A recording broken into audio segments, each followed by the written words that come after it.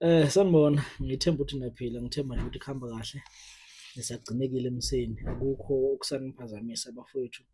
Bengizama ukwenza live video but ngiyahluleka la ku-YouTube. Ngicabanga ukuthi inethiwekhi lehlupha kakhulu engiphazamisile ukuze ngikwazi ngenze le video. So ngidecide ukuthi angivele ngiyenze kube ividiyo nje noma kanje engizoyi-upload-a bese ngikwazi ukuthi ngi-check ama-comments nje ambalwa ngaphansi kwayo ukuthi athini ngiwaphendule khona lapha kuma-comments. Ngiyathemba nje ukuthi ngiyazwakala, ngithemba ukuthi niyaphila, ngithemba ukuthi yonke into ihamba kahle bafowethu. Asikho isidingo sokuyichaza. Ngicabanga ukuthi njengoba kule channel, uma ukhona le channel uyazi ukuthi ngubani. So ake sikhuluma ngendaba ebalulekile le engike ngayibhala lapha ku-Facebook, okuyindaba isithunywa. Ukuthi yini isithunywa? Kunabantu-ke misinterpret-a isithunywa ukuthi siyini isithunywa, umuntu echaze ngenye indlela ebheke mhlambe kwelinye isayidi mhlambe ekungamele ngabe sichazeka ngayo, kodwa uyithole eseyichaza ukuthi isithunywa yilokho, bese mhlambe kugcine lokho kusenza ukuthi kutholakala inkinga, kulimala abantu endleleni ekumele ngabe bayaphila kuyo. Into yokuqala ekumele si-understand-e uma sithi siyini isithunywa, kumele si-understand ukuthi lapho lokho kusho ukuthi isithunywa kukabili. Isithunywa akusiyo into yesonto noma into yasesontweni, uyabona? Kodwa kuyenzeka ukuthi ube nesithunywa esikuthumela esontweni thizeni. Akusho ukuthi isithunywa sesonto leso, but kuyenzeka ukuthi sikuthumele ebandleni thizeni, ngoba isithunywa umuntu wakini ongasekho emhlabeni obuya kuwe kodwa ekwazi ukuthi enze izinto ngokushesha noma ngokuphuthuma. Umuntu wakini obuya kuwe ebewuthumekile, okusho ukuthi uyakwazi ukuthumeka. Kusho ukuthi onke amathongo onawo emzimbeni, onke amadlozi onawo emzimbeni ayakwazi ukuthi lo muntu lona emthume kuwe. Siyakucela Sibanibanyana, siyacela usihambele uye kumntwana wethu uSibanibanyana uyomtshela umlayezo ongukuthi nokuthi nokuthi nokuthi nokuthi.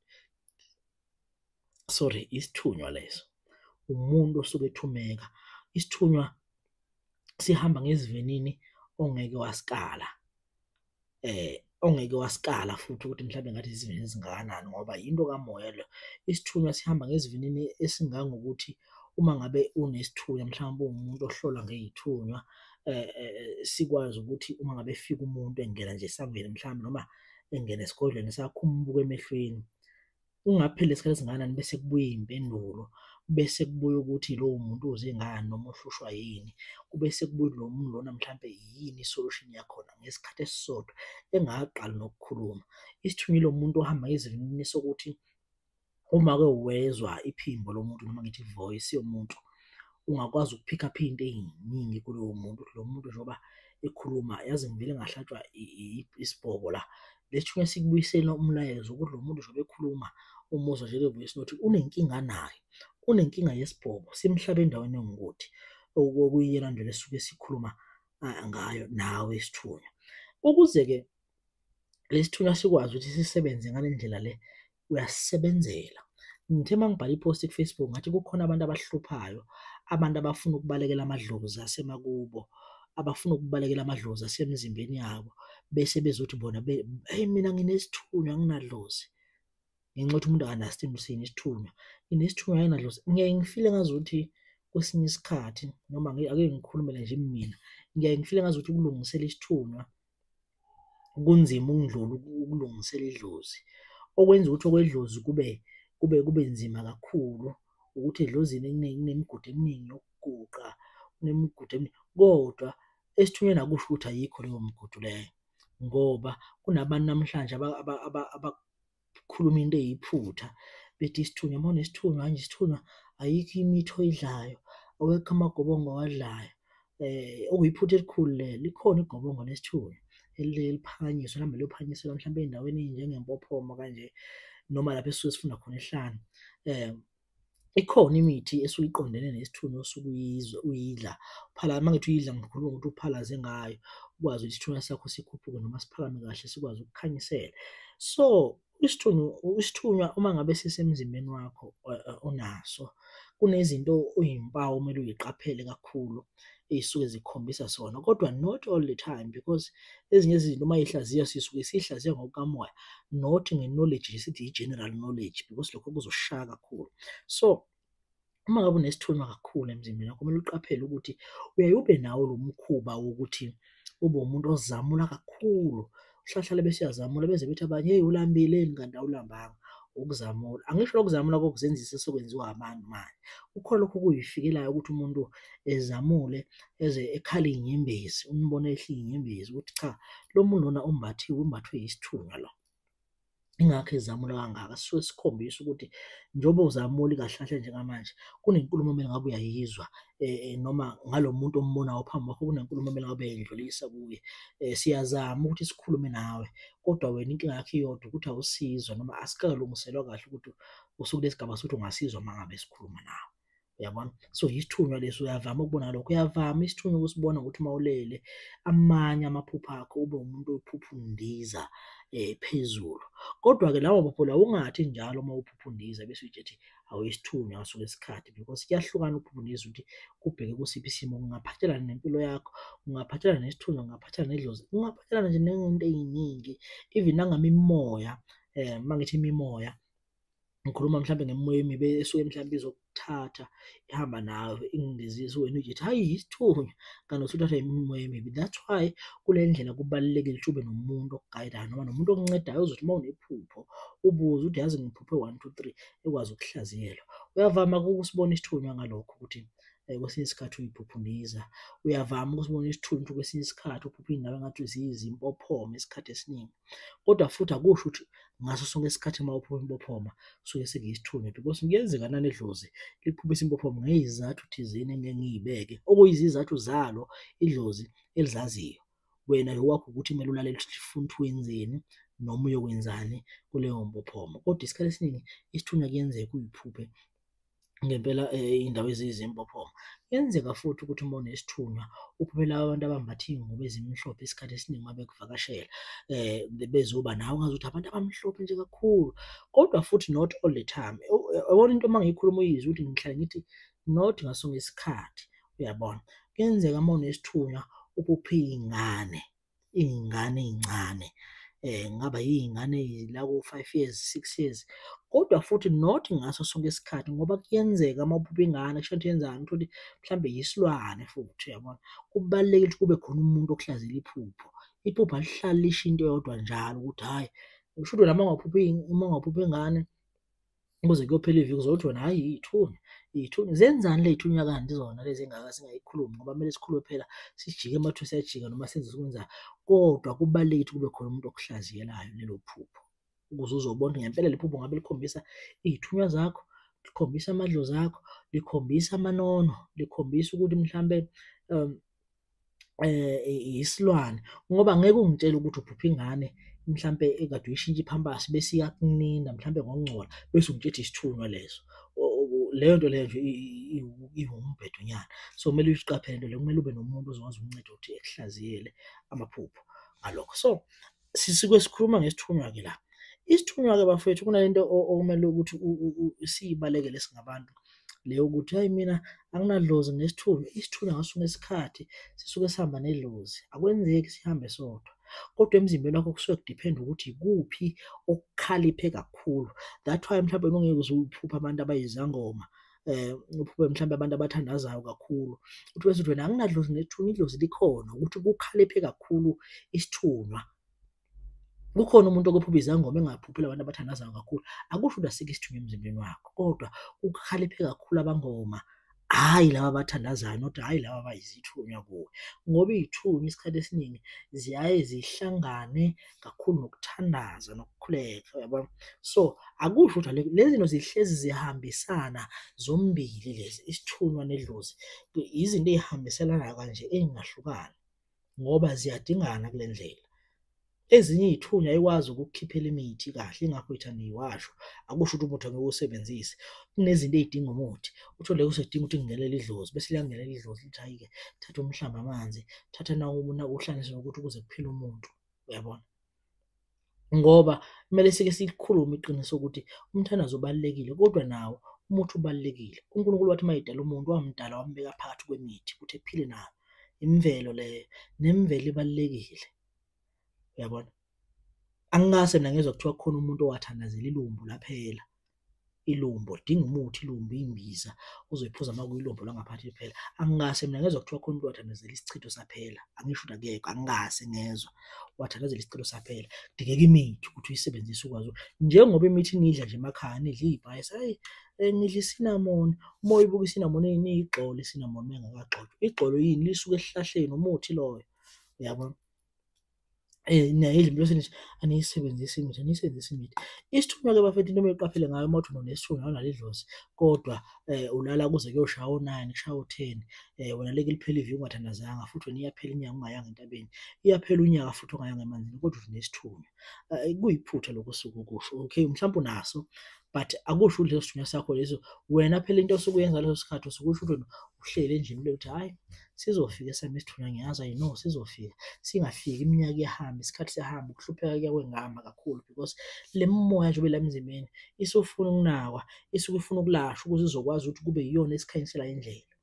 Uma ngabe isithunywa one thing ngesithunywa asimfuni umuntu ovilaphayo, asimthandi umuntu ovilaphayo. Manje mina nawe njengoba sivilapha kanjena sizoba yini? Ngoba isithunywa sifuna mhlawumbe ake ngithi at least ngeviki uma unesithunywa ngempela ufuna ukuthi sikhulume nawe sikukhanyisele mhlawumbe ngeviki ungaya noma kathathu emanzini. Of course, ungaya noma kawu-3 emanzini ngeviki. Entabeni ungaya noma kawu-3 ngeviki uyothandaza. Mhlambe ngeviki mhlawumbe ngenyanga ungazila noma iviki lonke noma amaviki amabili weqise mhlawumbe uzile weqala weqise kulelo uzile kwelesibili. Isithunywa leso. Uma ngikhuluma ngokuzila angikhulumi mina ngokuthi mina hayi ngizozila kusukela ngo-6 ekuseni kuze kushaye u-12 emini bese ngiya-break i-fast. Ukuzila nakho lokho but akwanele lokho. Kunezinto okumele uy'ncishe zona, ubophe ibhande, ukuphuza amanzi, ukhuleke kulo moya ukuthi ngiyacela moya ongcwele akukube uwena ongiholayo kule ndlela, akukube uwena ongikhanyiselayo, akukube uwena okhuluma nami ngibona indlela. Uzile ukuzila lokhu usuke uphakamisa umoya ukuthi ukwazi ukukhuluma nawe. Manje njengoba wena usaba ukuzila ukuthi uma uzile kusukela ngo-6 ekuseni ngo-8 usuyafa indlala, usuyosukela o-bacon uyadla lapho uzaba yini nje ukuthi unesithunywa nje ubalekele idlozi. Uyabona? Isithunywa siyafuna ukuthi uphume uhambe ulahleke uyokhuleka entabeni, ukuhlala entabeni ukukhuleka imini yonke lize liyoshona ilanga nje ukhuleka nje ungadlile. Sikwazi ukuthi sixhumane nawe sikukhanyisele. Uma ngabe uwumuntu wesithunywa kunezinto ongazidli noma uwumuntu wedlozi futhi kunezinto ongazidli. Manje ngoba mina nawe sidla konke sizothi sizoba yini? Ngoba mina nawe sithi sinesithunywa sithi sinedlozi kodwa sidla ubhekoni thina yini lento leyo ubhekoni sivuka ngawo ekuseni sidle ubhekoni kodwa si-expect ukuthi emzimbeni sihlangu nokudla. Uma uwumuntu wesithunywa, abantu besithunywa ngibathanda ngoba bayakuthanda ukuthandaza, bayakuthanda ukufunda iBhayibheli. Pho uma ngabe ulifunda iBhayibheli usuke uleqelani ivesi likaLevi, uLevi 11 verse 11 verse 1 verse 11 somewhere there elikhuluma ngey'lwane ey'hlambulukile ongazidla njengomuntu nengahlambulukile okungamele uzidle ey'fike y'ngcolise umzimba wakho okungamele ukuthi even iy'dumbu zazo. Kodwa wena uthi unesithunywa ufuna ukuthandaza, ufuna ukukhulela abantu kodwa uthinta iy'lwane ey'ngahlambulukile uze impela ushaya nge-fork and knife udle iy'lwane. Sizoba yini-ke mina nawe ngoba phela sithi sinesithunywa kodwa kunezinto senza izinto ey'funwa yithi. Khona lapho esifunda khona esifika khona ukuthi hayi la kufunwa yimi lokhu bese sifuna ukudelisa inyama. Inhloso yokwenza le video ukuthi asiyiqapheleni lento ukuthi sibalekele idlozi elifuna ukusithumba kona bese thina sifuna ukwenza lokho okufunwa yithi ngoba lokho kuyingozi kuzobe sekusifaka enkingeni singabe sisakwazi ukuphila, singabe sisakwazi ukuphilisa abantu. That is why namhlanje kukhona umuntu ohamba indlela yakho kamoya, ehamba indlela yakho kamoya engakayiqedi bese eyahlula endlini ngoba bese yadlula emhlabeni. Kunabantu namhlanje abazoyihamba indlela kamoya belashwe ngendlela ethandwa yibo kodwa bengabalaphi abantu ekugcineni begcine bendlule emhlabeni. Kusale iy'ngane y'hlupheka yingoba indlela kamoya uyihamba ngendlela ethandwa nguwe not ngefunwa idlozi lakho, ngoba kunendlela efunwa idlozi lakho, kunendlela ethandwa nguwe ukuhamba. Wena uma ngabe sithi siye emanzini ngesonto bese uthi wena I don't feel like ukuhamba ngendlela yakho lokho. Kodwa uma ngabe ulithola ithuba lokuthi kuyiwe emanzini uye emanzini ukuhamba ngendlela eyifunayo ngoba uyazazi vele unesikweletu samanzi futhi asipheli siyohlezi sikhona as long ungakalapheki nje. Uzoyihambe-ke uze kube nini indlela ngendlela yakho ngoba phela indlela ifuna ukuthi ulalele lokho okushiwoyo kuwe. Ukhona nje omunye umuntu engimkhumbulayo la owake sahlanganyela kanye naye manje sihlangana naye kuma-group lapha ku-WhatsApp saba ndawonye nje sithandaza naye. Kwase uNkulunkulu uyamkhumbula lo muntu wathola umsebenzi. Uthe uma ethola umsebenzi lo muntu wasethi, hhayi mkhulu ngizoyilungisa izinto-ke nje manje njengoba ngithola umsebenzi ngizoyilungisa izinto yabo nje kusukela ngenyanga ezayo ngifuna ukuqala ngilungise u-1, 2, 3, 4, 5. Lo muntu kade ekhala ngesikhathi engasebenzi simkhulekisa simcelisa kuNkulunkulu ngizolungisa 1, 2, 3, 4, 5. Ngathi mina kulungile kuzokwenzeka lokho. Kwathi makuphela inyanga wathula wangatholakala. Angeke umuntu umlandelele kunguye ogulayo. Wathula wangatholakala. Yaphela eyesibili wathula wangatholakala. Kweyesithathu ngambona eyiphosta into make vacation eyikhiphile. Angisho ukuthi ku-wrong lokho kodwa engilwa nakho musa ukwenza isithembiso ngeke usigcine. Ungasenzi isithembiso ngeke usigcine ngoba uzoyigaxelisa. Wayiphoste ku-vacation girls vacation. Akunankinga nalokho ku-right ukuthi uyidodose umuntu. Ngilwa nesithembiso wasenza wasigcina ngoba manje wathembisa abantu wathi uma uqeda kubathembisa abantu wase ubashiya kanjalo wawungabasebenzela. Lowo muntu loyo okubuhlungu ngayo kwaba ukuthi azange umsebenzi wakhe ulaste nane-6 months. Wase uyaphela endleleni, i-contract yaphela endleleni. Umbuzo ukuthi mase iphela i-contract then kuzokwenzakalani? Uzophinde ebuye futhi kithi efike ethi, hey niyani entabeni nothandaza, niyani emanzini. Bese simcelisa kanjani lo muntu ekubeni enze isithembiso uma ngabe wathi mase ngabe sethola ithuba wangabe sasigcina leso sithembiso. Sizomcelisa kanjani thina lowo muntu ngoba phela uma sithandaza sicela suke silalele ukuthi baphendula bathi sizomcelisa kanjani ngoba phela manje nangu yena owenze lokho. Kumele uyibuke into ezokufaka enkingeni edlozi lakho, uyibuke into ezokugaxelisa uma ngabe umuntu ungasenzi isithembiso ngeke usigcine. So asike samukeleni idlozi into elisipha yona noma ngithi isiphiwo esidalwe naso ungafuni ukugijimisa ezinye iy'phiwo. Mina nginesithunywa nje mina nginaso nje idlozi ngoba ngenxa yokuthi wena wabona ugogo Sibanibanyana egeza ku-TV ey'nqunu bese wase uyitshela wena abantu abanamadlozi benza nje. Wakhohliseka emqondweni wayitshela abantu abanamadlozi benza nje. Wabona umkhulu uSibanibanyana eqamba amanga wase uyitshela abantu abanamadlozi benza nje. Wase uyamdicide ukuthi hhayi mina nginesithunywa kuphela nje anginalo idlozi ufuna ukuzenza muhle kubantu. Idlozi uyazi kahle ukuthi likhona, uyazi uluhlahlala bese uyabhodla bese lento iyabhodla ngaphakathi kwakho. Uyazi uhlahlala bese uphupha izangoma bese uphupha ubuhlalo. Uma ngabe ungenalo idlozi ufakeleni ubuhlalo pho. Akekho umuntu ongenadlozi, akekho umuntu ongenasithunywa bafethu. Asike siyiqaphelele lenkulumo izosigaxelisa. Inkulumo le enzima abantu abaningi ebashayayo ngendlela eyisimanga. So uma unesithunywa ukwenzela izinto engiyishilo, awukuthandaze, awukuzile, awukuhamba amanzi, awuhambe uye kumelaphi wakhe eyokumisela nje ibhavu kungonakele lutho nje ukuthi wegogo Sibanibanyana wemkhosi Sibanibanyana siyacela phela ukungimisela ibhavu nje. Ibhavu liyanceda emzimbeni womuntu. Awuhambe amanzi uyogezwa, ugezwa, uhambe uyehlane uyokhuleka, awuthathe iy'bani ukhuleke.